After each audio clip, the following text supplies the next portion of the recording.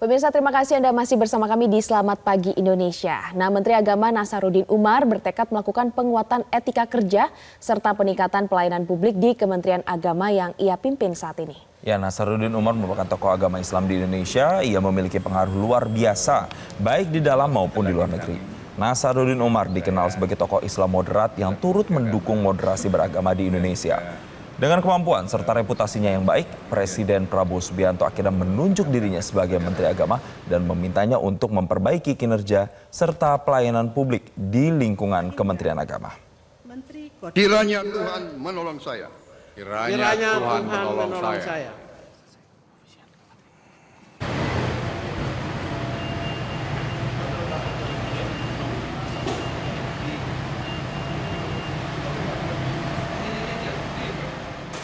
Jason, udah nggak sabar ya. Dari tadi kita nungguin rekan Iqbal Himawan. Ini sudah berada di mana nih? Sudah berada di kantor Kementerian Agama untuk berbincang langsung dengan Menteri Agama di segmen Ketok Pintu. Iqbal, apakah pintu dari kantor Kementerian Agama sudah kamu ketuk dan sudah ketemu belum nih sama Menteri Agamanya?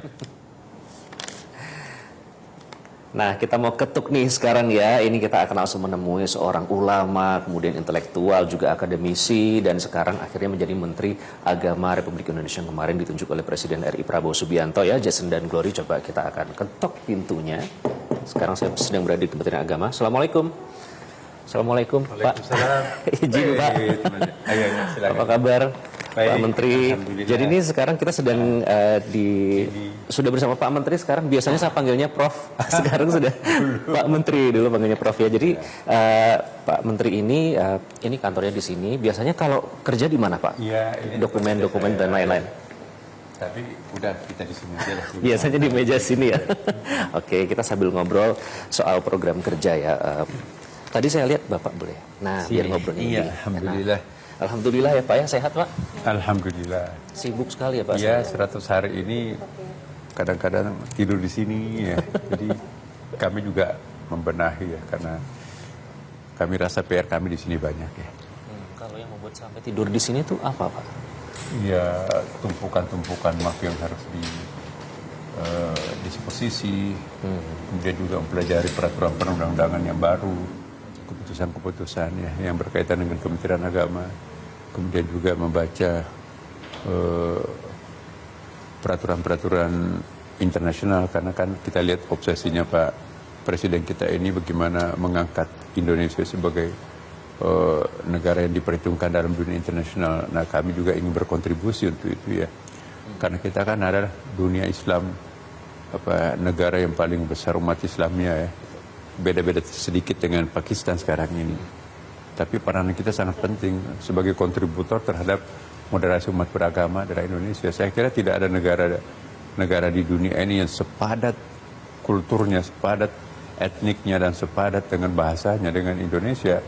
Tapi kita bisa menampakkan diri sebagai suatu negara bangsa yang sangat solid ya, Bhinneka Tunggal Ika. Nah, ini saya kira nilai jual kita salah satu ya. Jadi nilai jual kita di Indonesia itu bukan hanya mineralnya, bukan hanya hasil-hasil alamnya ya, misalnya sawitnya, tapi jualan kita juga yang paling bagus itu adalah kerukunan umat beragama ini. Justru itu tidak ternilai dan menjadi percontohan bagi negara lain. Benar. Pak Menteri, juga itu alasan ya Pak Menteri setiap hari ini hampir selalu menerima perwakilan duta besar dari negara sahabat. Nah, tadi hari ini duta besar Irak ya Pak ya? Iya, itu apa yang dibicarakan Pak? Nah, saya nggak tahu ya, mungkin karena saya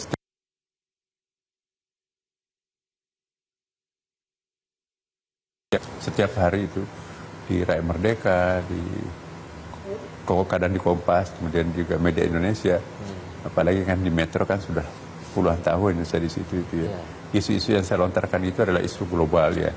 Bagaimana memasyarakatkan kedamaian melalui bahasa agama ini ya. Jadi kita memperkenalkan ada satu konsep kami di sini, yaitu religious diplomacy.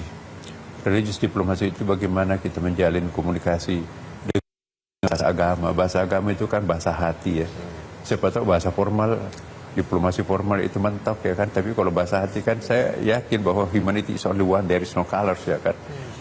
Nah, karena itu kami mempelajari banyak apa yang bisa dikontribusikan Kementerian Agama di dalam rangka menunjang gagasan-gagasan Presiden kita ini yang ingin memantapkan internalnya Indonesia, tapi juga Indonesia punya peran besar di mancanegara ya. Nah, bahwa Kementerian Agama punya peran ke depan untuk memberikan contoh ya, bahwa Islam itu tidak mesti harus dipertentangkan dengan demokrasi ya kan.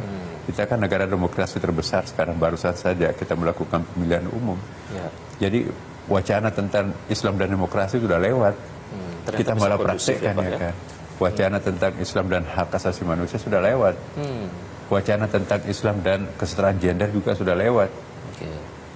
Wacana tentang Islam dan ekonomi modern juga sudah lewat. Kita sudah menjadi contoh sekarang. Maka itu banyak sekali negara-negara luar yang datang ke sini untuk belajar bagaimana caranya untuk memperkenalkan Islam dengan sesuatu yang di negeri mereka itu masih sangat sensitif ya kan.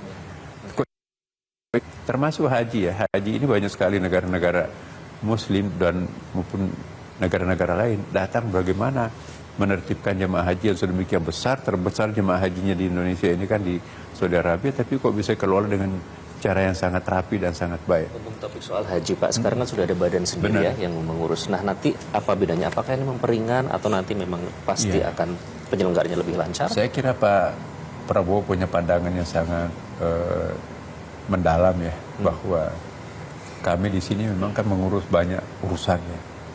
Tapi haji ini memerlukan perhatian khusus, maka itu dibentuklah badan ini, tapi tetap di bawah Kementerian Agama ya.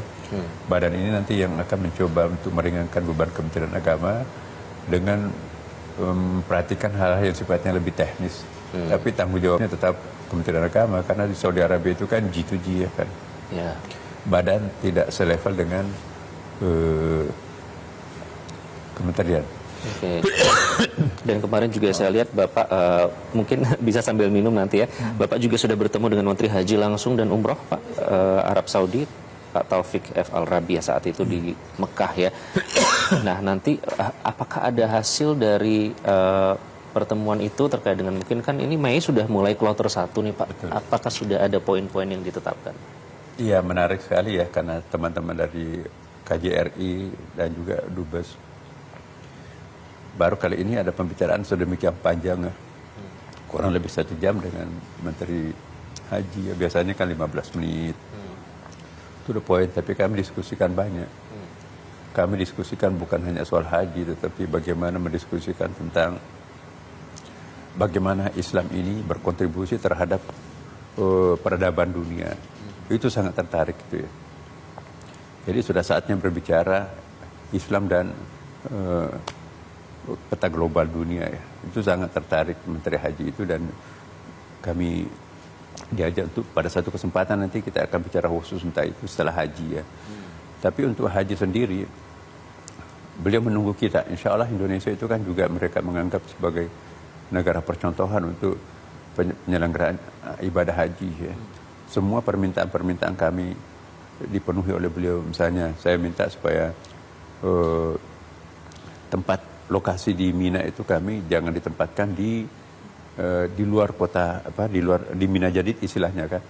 Karena bagi mazhab kami mayoritas Syafi'i Sunni di Indonesia ada masalah, ada muskilah kalau kita menempatkan jamaah kita di luar Mina Jadid, di Mina Jadid itu.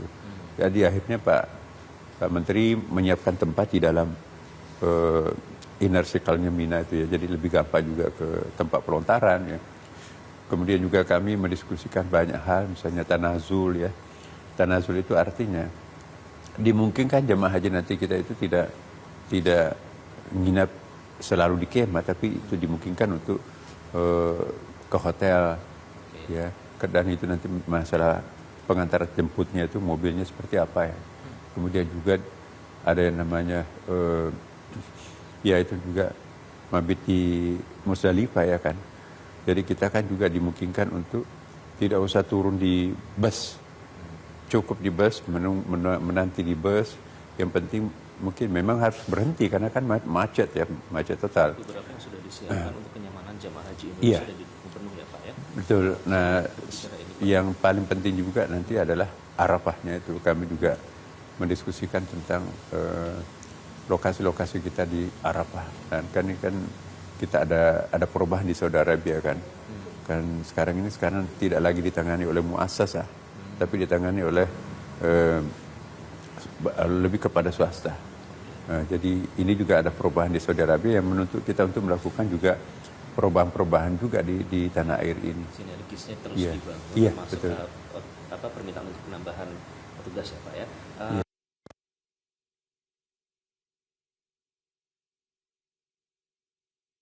Ini mas sebenarnya Pak, kalau kita Benar. lewat itu sudah dibangun, sudah jadi. Lalu akhirnya setelah diresmikan, apakah ini nanti hanya akan menjadi simbol atau landmark atau bisa digunakan untuk umum Pak Menteri? Ya, digunakan untuk umum. Jadi itu kan juga memamerkan perdamaian, memamerkan peradaban bersama ya kan.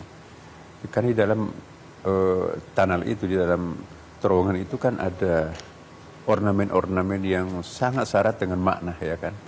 Dan tidak tanggung-tanggung itu kita biayai mahal untuk melakukan lukisan-lukisan yang sangat indah ya, yang sangat perspektif itu ya. Maka itu kami juga berharap nanti itu bisa memberikan pembelajaran toleransi di dalam terowongan itu. Dan saya kira ini hanya satu-satunya terowongan seperti ini di dunia. We are the first in the world.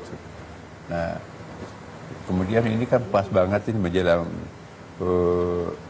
teman-teman kita merayakan Natal ya. Iya. Di katedral itu kan parkirnya nggak ada, itu sempit sekali. Nah, dengan terbukanya terowongan ini, kita punya daya tampung dengan 2 lantai basement kita itu bisa menampung sampai 1.000 mobil. Nah, jadi teman-teman kita di katedral bisa memanfaatkan ruang parkir kita itu ya. Jadi saling menguntungkan lah ya.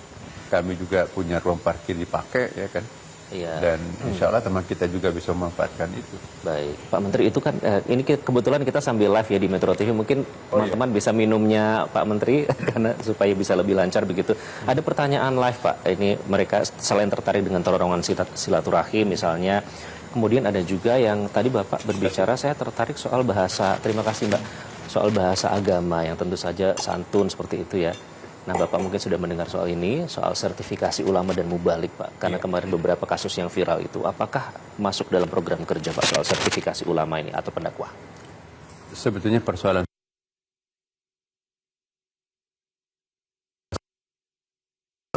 ada persoalan yang lebih besar, lebih penting dari sertifikasi itu kan juga belum tentu menyelesaikan persoalan. Yang paling penting buat saya itu adalah substansi bagaimana menghadirkan kedamaian di dalam berdakwah. Berdakwah itu kan mendekatkan yang jauh, bukan mengusir orang menjadi jauh dari kita kan. Nah, jangan sampai nanti kita niatnya berdakwah tapi malah mengusir orang itu kan. Dakwah itu kan mengajak yang jauh menjadi mendekat. Nah, kita harus menggunakan bahasa sesuai dengan biqadri qulihim, jadi mengenai taraf kognitifnya masyarakat itu sendiri ya kan. Yang pasti bahwa kita jangan sampai membuat penyesatan terhadap umat ya kan. Dan jangan lupa bahwa negara kita ini adalah NKRI ini itu punya falsafah negaranya. Jangan sampai nanti memprovokasi masyarakat kita itu untuk menjauhi ideologi negaranya. Ini nggak boleh. Dan kami harus disiplin untuk itu karena semua orang yang jualan ideologi seperti itu menyebabkan bangsanya sendiri hancur. Kita belajar dari kehancuran bangsa-bangsa lain, negara-negara lain. Itu berawal daripada pengrusakan terhadap ideologi bangsanya sendiri. Maka Kementerian Agama ini adalah salah satu pengaman, pemelihara ideologi bangsa. Oke Pak Menteri, ini terakhir Pak, saya sekali waktu kita singkat. Bapak waktu itu sempat jadi Rembang. Kementerian Agama adalah untuk semua agama, sudah menandatangani deklarasi Istiqlal juga dengan Pos Fransiskus saat itu. Tapi ada masalah misalnya Pak, pembangunan gereja yang dilarang di beberapa daerah. Nah, apakah ada nanti dilaksanakan untuk mewujudkan visi yang sudah disiapkan? Iya, jadi ada pembangunan masjid juga dilarang di daerah tertentu. Ada juga gereja dilarang di daerah tertentu. Sebetulnya bagi saya yang paling penting itu understanding dengan masyarakat setempat. Ya, jadi kalau ada saling pengertian antara masyarakat setempat, saya tahu bahwa banyak masjid di negara-negara di provinsi-provinsi mayoritas non-muslim di situ itu susah juga. Tapi setelah melakukan negosiasi dengan masyarakat setempat akhirnya bisa. Sebaliknya juga banyak di Jakarta, di Bekasi kami baru menyelesaikan beberapa persoalan seperti itu. Jadi tadinya menurut peraturan itu nggak bisa, tapi karena masyarakat setempat itu menerima apa adanya ya, jadi malah justru bagus. Nah, kadang-kadang yang sering memprovokasi ini adalah orang luar dari komunitas itu, nggak tahu datangnya dari mana, itu kadang-kadang menimbulkan persoalan. Apakah itu dari pembangunan masjid ataukah itu pembangunan gereja dan seterusnya. Nah, di sinilah perlunya kita membangun kebersamaan. Dialog, komunikasi. Bagi saya dialog itu adalah pintu entry point untuk menyelesaikan setiap persoalan. Lebih baik kita melakukan dengan cara dialog daripada dengan cara-cara yang berkonflik, nggak ada yang diuntungkan. Terima kasih ya. Oke. Sudah mengizinkan kami juga berdialog dengan Pak Menteri hari ini. Sebenarnya masih banyak yang ingin dibahas soal sertifikasi dan lain-lain. Sayang waktu kita terbatas, Saya Bapak juga. terima kasih ke Metro ya. Saya memang bisa menayangkan sesuatu yang sangat objektif. Harapan kita terhadap media kan seperti itu. Terima kasih. Pak Menteri, nanti kapan-kapan kami ketok pintu. Oke, dengan senang hati. Terima kasih. Terima kasih. Assalamualaikum. Ya, itulah tadi. Langsung mungkin di lain kesempatan kita bisa menggali lagi soal program kerja dari Kementerian Agama. Jelajahi cara baru mendapatkan informasi. Download Metro TV Extend sekarang.